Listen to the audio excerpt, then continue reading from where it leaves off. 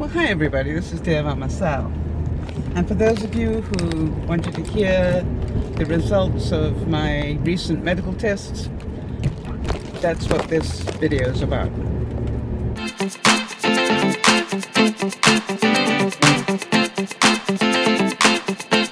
Well, hi everyone, this is DearMamaSal, and I'm just driving back from my doctor's appointment, and I promised I would let you guys know what's going on. Now, I need to tell you, as a bit of a preamble, a couple of things. Number one was I went to get dressed today, and I actually was wearing a t-shirt, and something told me to change and to wear this particular shirt, which has writing on it that says, "Expect the unexpected." Now, I'm only going to wear it for an hour. Why would I wear my good shirt that I want to wear tomorrow? And I'm thinking, because you're only going to wear it for an hour, and then you can just take it off when you go home, and you can still wear it tomorrow, which I thought was quite good thinking. And I took that as an interesting thing, that I actually wore something that had that sort of vibe to it. And then, if you want to believe in coincidences, which I don't, I walk into my doctor's office for my appointment, and who should walk in behind me but my friend Laurie.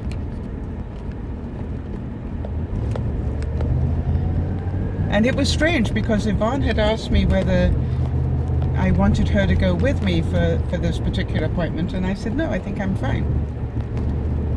I didn't say I think I'm going to be fine. I said I think I'm fine, and I'm prepared for whatever might come, and I'm not panicking. It just is what it is, so I'm fine. I would rather have you near me when I've got something that I don't like the sound of. So weird that I walked in, and who should walk in behind me but somebody that I know, and that could be there to support me if I needed it.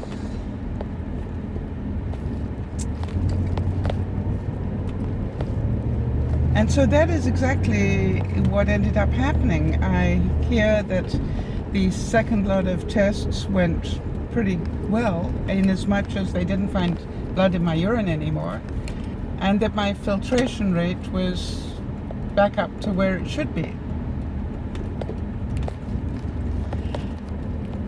Now, to be fair, he does still want me to go and see a specialist, a urologist, to double check the issue of the kidneys, because he wants to make sure that's not something that is occasionally creating blood, i.e. a small tumor that is flaring a little bit.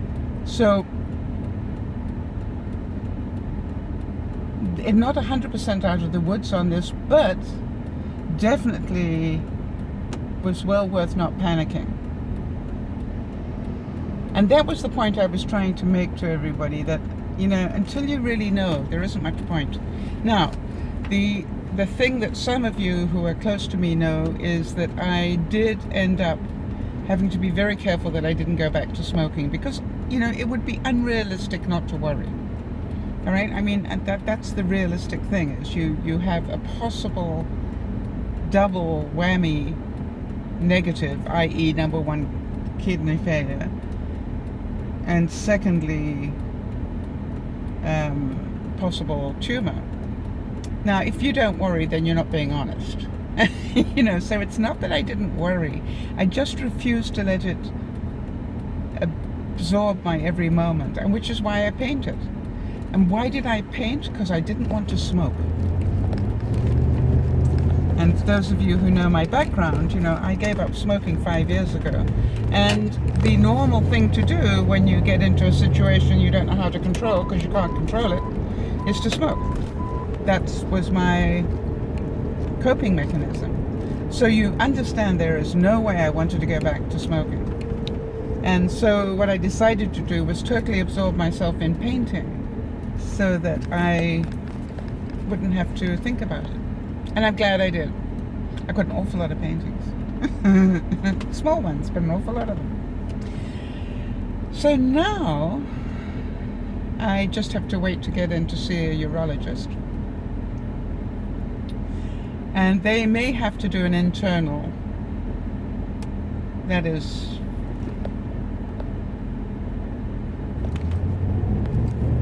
sorry, there was a bozo brain that decided to cut across the line of traffic after our lights had gone green. You don't want to know what I think about them, but I'm thinking more positive thoughts today.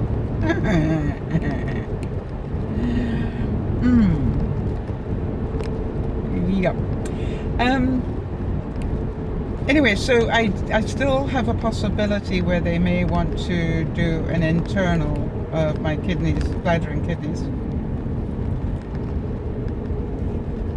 And because I have had that done once before and I had a very not pleasant experience, I will probably ask to be sedated for that if necessary. If they want to do that, then I will say, then you need to sedate me to do it. That would be my choice. And if they say no, then I'll say, how badly do you want this done?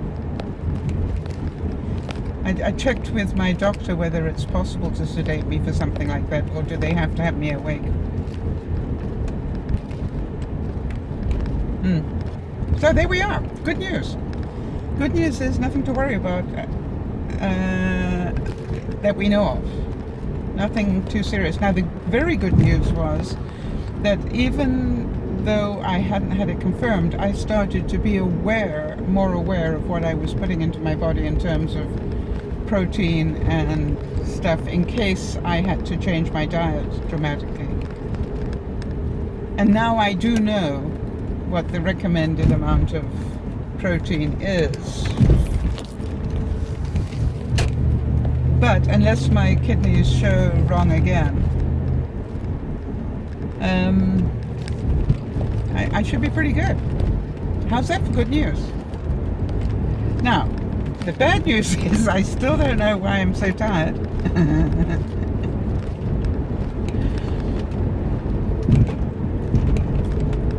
But hopefully it is caused by the sleep apnea. Which, by the way, can cause a lot of other things as well. I didn't know that. Sleep apnea can actually cause a lot of illness. So we will see what we will see. Alright, so for those of you who've been worried for me, please don't worry.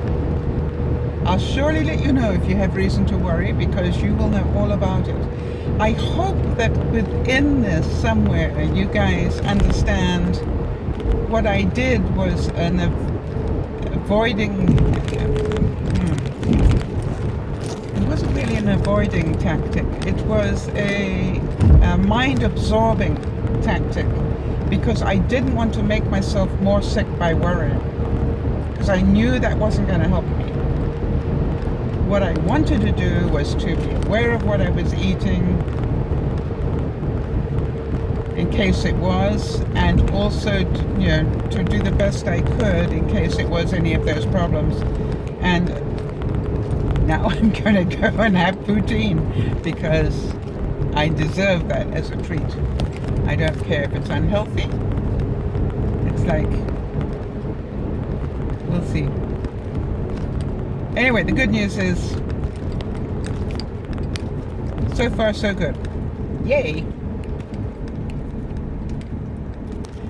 Now again, I have a lot of viewers who are not well people, who are in pain, who are incapacitated in one way and another. And so I really want to thank you all of you who I have talked to over the years of doing Dear Mama Sal, because you don't realize it, but the reason I didn't panic was because of the influence that you have all had on me. How many of you are coping with bad news? How many of you are coping with pain? How many of you are coping with tiredness, with all the different diseases that you have taught me about? And so I just want to make sure you know how much I appreciate it. All the things you've shared with me that gave me courage. And the things that made me realize, don't worry about it until you know, because you're going to have plenty of time to worry about it if it turns out to be negative. In the meantime, Don't sit and worry about it. So really, big hugs to you all. Virtual hugs as they may be, and thank you for being there. For all of you who have shown me some really interesting and caring support over the last couple of weeks, big thanks to you too. I cannot tell you how much it meant to me. All right, everybody, thank you so much for caring. This is Dear Mama Sal saying, we're looking good so far. Bye-bye for now.